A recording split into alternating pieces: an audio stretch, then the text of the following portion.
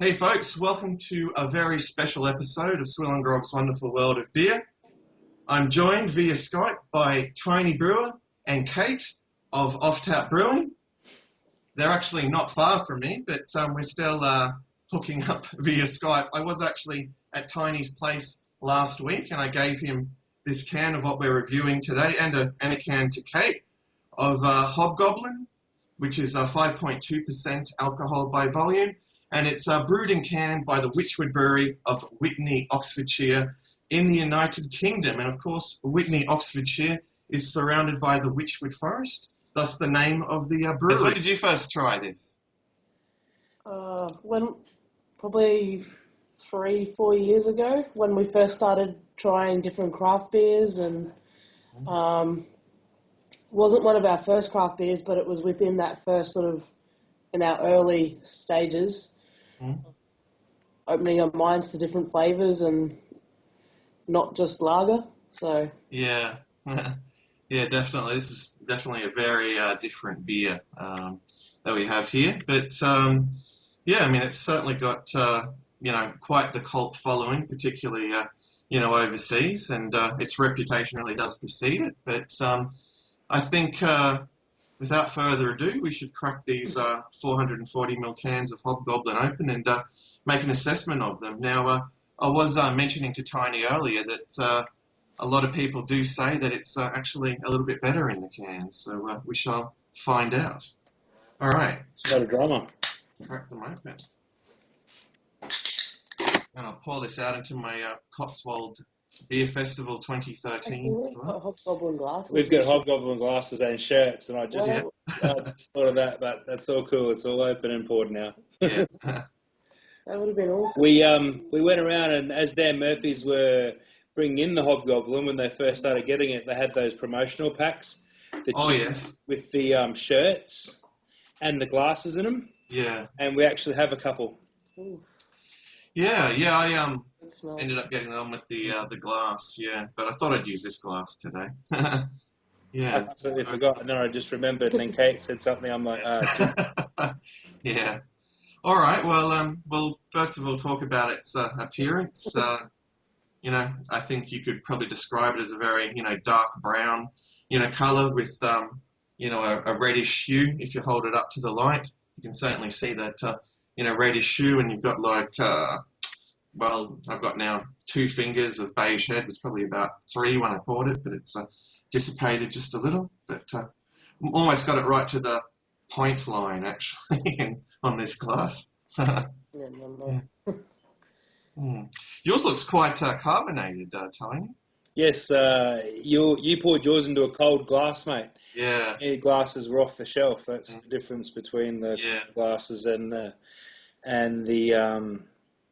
warm glasses. But no, it's very carbonated, and the smell is just wafting straight. Yeah. Mine looks a lot browner because the light's actually in front of me.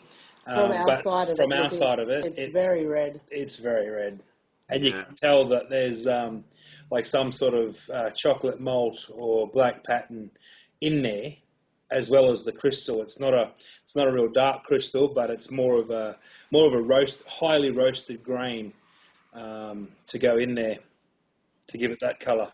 Oh yeah, that's going to certainly give it that colour. Oh yeah. Yeah, but I'm like picking up a lot of kind of chocolate and dark fruits in the aroma. It's a very rich complex aroma. It is. Yeah. Really does compel one to want to just dive straight into this. There you go. There it is with chocolate and crystal malts. So yeah, there is a very dark grain in there, and it's the chocolate you're getting off that. I get a little bit of a hint of citrus actually there too. Yeah, it's only ever so slight, but anyway, what do you say we get stuck into the taste test now? Might as well. No good having it in Cheers, there. Tiny and Kate. Cheers, buddy. Cheers. I must say thanks, Dave, for the opportunity to be able to taste these. Yes. Oh, look, no worries. It was a real treat for me just to be able to get like a carton of these cans. I think the last time I had the opportunity was about 2 years ago. Yeah, so they come along very rarely. But yeah, really do enjoy it when I can get them. Yeah, I'm glad to share. Yeah. Mm. You really forget how good this stuff is. We haven't probably had this Wychwood, as Kate said, probably in about 3 years. Mm. And like I've had other Ruby beers, and they don't even stack up to this. The Yeah, it's smell, like I find the smell is the first thing I notice when you crack it, and like when you crack it and pour it is the smell. It's like it really hits you in the face with the smell, just how strong and complex the smell is, and oh yeah, most definitely. you think it like you're intrigued to try it, but almost scared because it's with how full on the smell is. I would intimidate a lot of people. It Yeah, would, yeah. for But sure. then you actually try it, and it is so smooth and creamy and well balanced. It is amazing. Yeah, it Really, definitely really is good. very smooth and creamy. It's definitely a more malt forward sort of beer. There's a hot presence there, but definitely a And very malt and forward. when you say malt forward, it's very forward with the chocolate malt. Like it's a lot of the bitterness coming through is I feel it's from the roasted grain. It's like a roasty bitterness. It's not like a hot bitterness. Now I've recently just put, as we were talking about before, Dave, the ginger beard, which is my Irish red ale, Yeah, yeah, and it's a lot sweeter than this. It's not as there is a bit of black grain in there, but not as much as this. This is actually really nice, and I might actually sit back and relook at my recipe to bring some of those flavors out because that is really nice. It is. yeah. So how do you think it compare? Like the bottle compares to the can? It's. I mean, it's been probably 3 years since I had the bottle. Mm, I think last time I had a bottle. The first time, okay, first time I had it, I was blown yeah. away. Mm, I'd never had anything like it before. It was incredible. Second time I had it, um, I hadn't been as impressed. Both times in a bottle, I wasn't quite as impressed. mm. But by that stage, I'd tried a lot more beers, and my palate had definitely changed and developed. This one, trying it again now, I'm really, really enjoying it, and I don't know whether it's just the stage I'm at with my palate, or whether it's the fact that it's out of a can. But I'm finding it really creamy and well balanced. Oh yeah, look, it's yeah, certainly one that you could just guzzle down. It's just delicious, particularly in the winter here in Mm, Australia. I think it lends itself well to this particular season. It's definitely for me more of a winter sort of brew. Yeah, yeah, definitely. yeah, It's with its rich flavors. Yeah, whether it's like better out of a can or out of a bottle, I really couldn't judge on that unless I had them both side by side Yeah, and was able to test it. But I do know that tasting this beer now, I am going to rethink my recipe definitely and get some of that flavour in there for sure because yeah, it's been quite a while. The last Hobgoblin Ruby beers that we did purchase were purchased, as I said, with the glass and the shirt. So it was with the bottles are still sitting there on the shelf in the boxes. yeah, So, but it's definitely going to make me relook at my recipe for my ginger beard. yeah. Cool. So another thing that we should probably discuss in regards to Hobgoblin is the price point. Here in Australia, it's not exactly a cheap brew. What you're looking at about $8, for a 500 ml bottle of it, or I believe it's about $81 for 12 500 ml bottles from Dan Murphy's. But in these 440 ml cans here, you can get 24 of these for $71, which is much better value when you do the math. So yeah, I just don't know why it's just not more kind of common like in the can because when I drink this, I just want to drink a lot of it. I mean, yeah, I mean. Yeah, Dave. When you drink any beer, we know you want to drink a lot of it. Well, that's certainly true.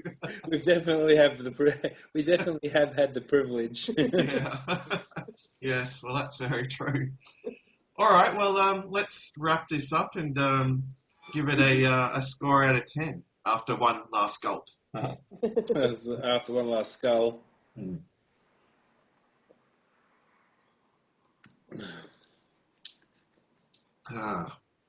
Oh, they're just so tasty. Yeah. It's leaving some very nice lacing on this glass, and your glasses too, actually. Yeah.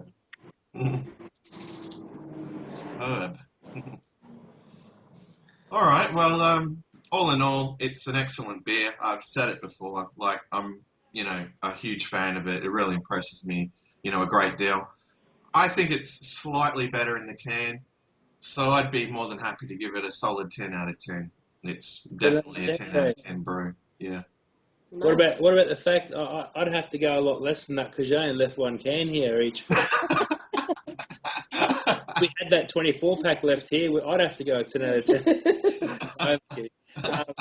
I'm not a beer reviewer. I'll leave the numbers up to you, mate. Yeah.